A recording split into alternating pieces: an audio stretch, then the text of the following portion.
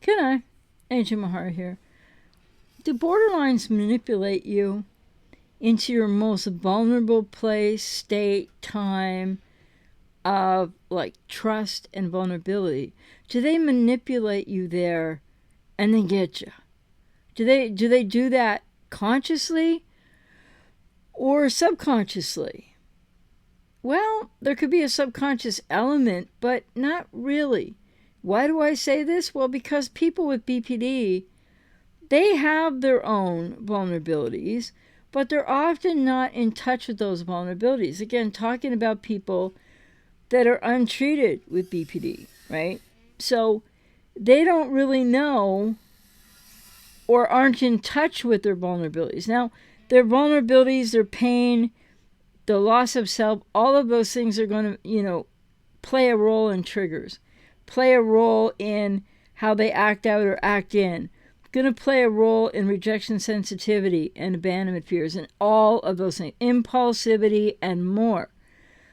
But it just isn't accurate to say that people with BPD who know so little about themselves or even why they are behaving the way they are when they're, in the various different ways they can be behaving or acting or feeling.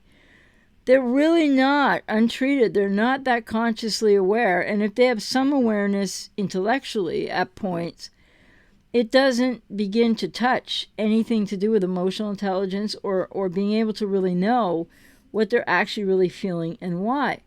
So it's not really accurate or true to say or for you to think or take on that somehow the person with BPD in your life was manipulating, angling somehow to get you to your most vulnerable place or to the most trusting place, which when you have the most trust, you may well be at your most vulnerable in a relationship.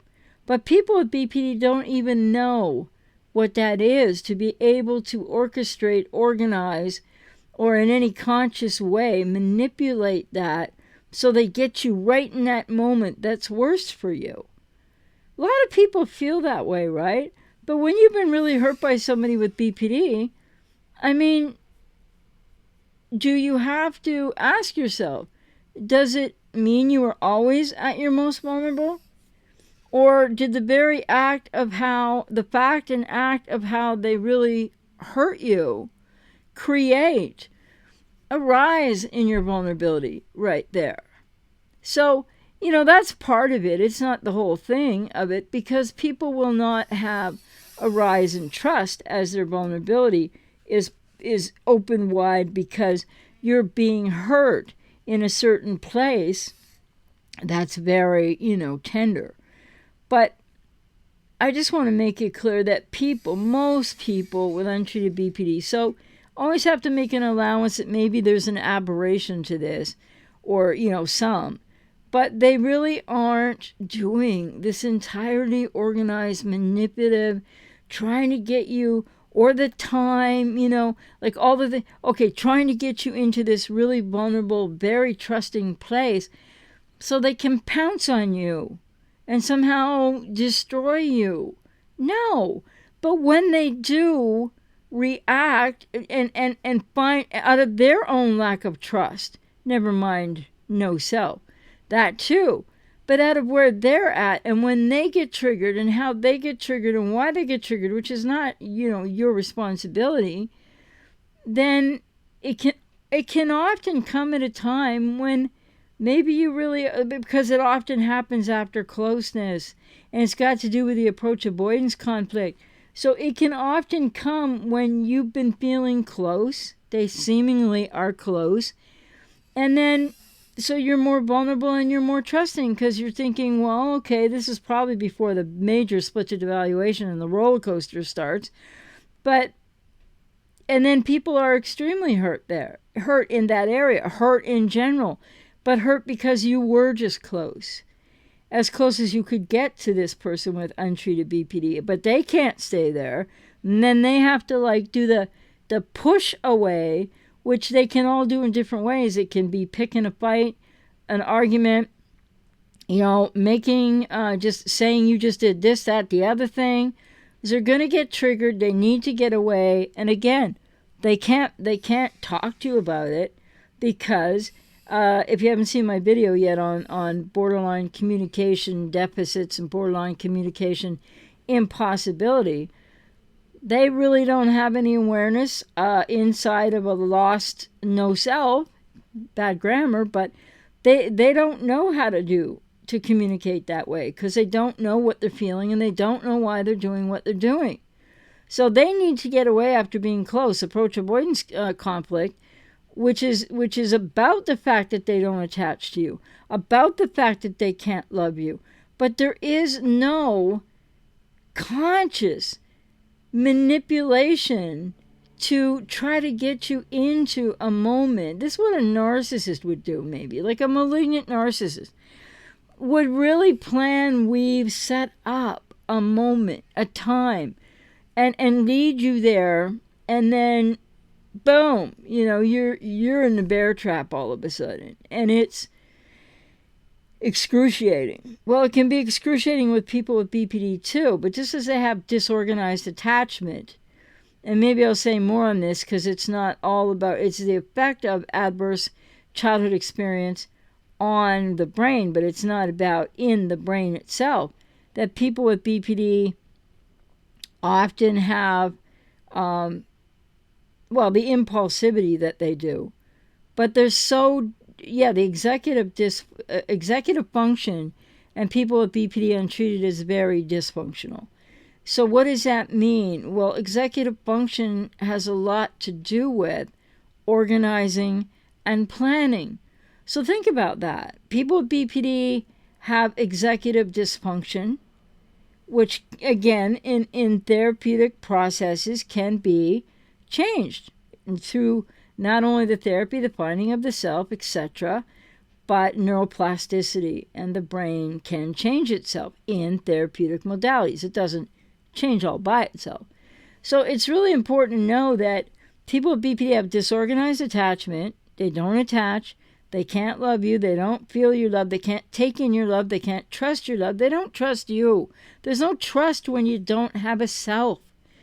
And more to the point, so they don't even have the executive function skills to plan and organize, to manipulate you, to, like when you get close, they're not manipulating to try to get close. This is what they want, but they can't handle it. So when this is going on and people think, well, I got manipulated, and then just when I let my guard down because we were close, whether that includes physical intimacy or you were just really close, watching a movie, sitting together, close, right? And even in that space, it might feel like or have felt like the untreated borderline is in some emotionally intimate place with you. But no, that isn't really the case either, because you might be experiencing that kind of feeling. Then likely what happens there is people with codependency project that out and believe that the person with BPD feels the same way you do, because they're doing their best to kind of, in a sense, they're mirror you in that regard. So when they pull away and when they're triggered and when they act out or act in, and you're at your most vulnerable and maybe at the peak of your trust for them, because it's been really a tender time of some closeness, though they aren't being emotionally intimate. They may seem like they are, but they're doing the best they can, but they can't get there. So they don't manipulate you into these really vulnerable places of closeness where you trust, and your trust is at its peak, right? And you're vulnerable. Because anybody would be when you're close to somebody if the person's going to turn around and push you away, right? So if you think about that, though, like I said, they don't have the executive functioning to plan and organize that well. Disorganized attachment, and they don't plan like that. They can't plan like that. More, way more people with untreated BPD than not. If there's a couple out there, a few, a really low percentage, maybe in the more severely impacted, but even that wouldn't be really what's known as borderline personality behavior or issues. So I hope this helps you, because, or anyone that, resonates with it, because it's important that, people, you go through your experience, and that's what's valid. Your experience, I never would say to somebody, no, you didn't feel that. No, you did. Of course not. Because what you feel, what you experience, how hurt you get, how devastating this is so real. But then people try to put meaning on it, right? Because you're trying to figure it out. Like, I hurt so bad, right? The non-borderline, the codependent, I hurt so bad. How could he or she have just done this to me? So you're making associations, yeah? Their behavior, their push, when you were close, you were feeling vulnerable, and you were feeling like it was really emotionally intimate, if not even more than that. Well, they're not organizing it, and they're not doing it on purpose. And I would just say also the same thing extends to holidays.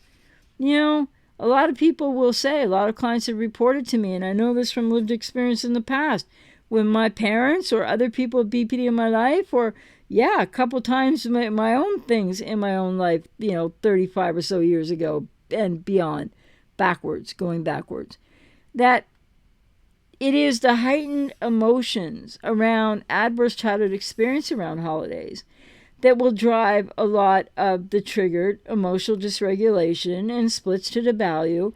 And as many people with untreated BPD can do, ruin holidays, skip people's birthdays, not want to be around your family or your friends, etc. And a lot of it really, what they're usually not consciously aware of why that is either. And a lot of that has to do with the fact has a lot to do with how they can't navigate any or all of that emotionally.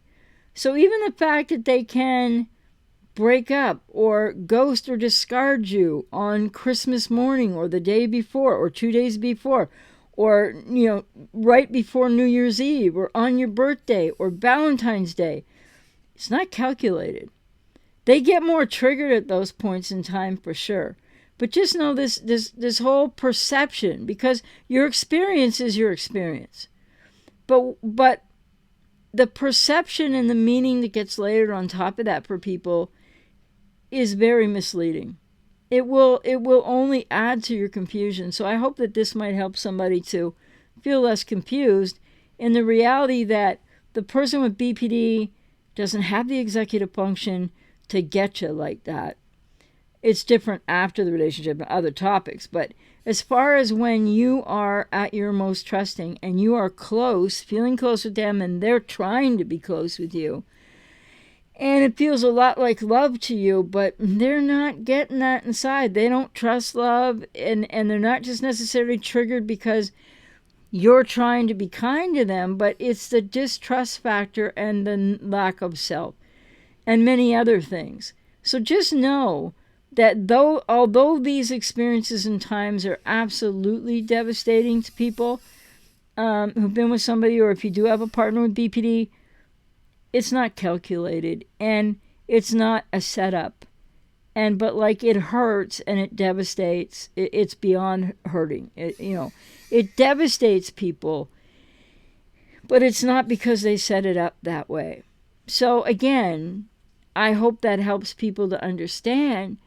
But what you experience in those times, when you are close, when your vulnerability is at its highest and your trust is at its highest, because you really believe that they're feeling what you're feeling and you're close, but they're not. They're struggling inside. And maybe I can talk more about that and why. And then when they need to push away, it doesn't matter what time of day it is. It doesn't matter how nice things just were as you were experiencing them, that they might have been struggling with inside.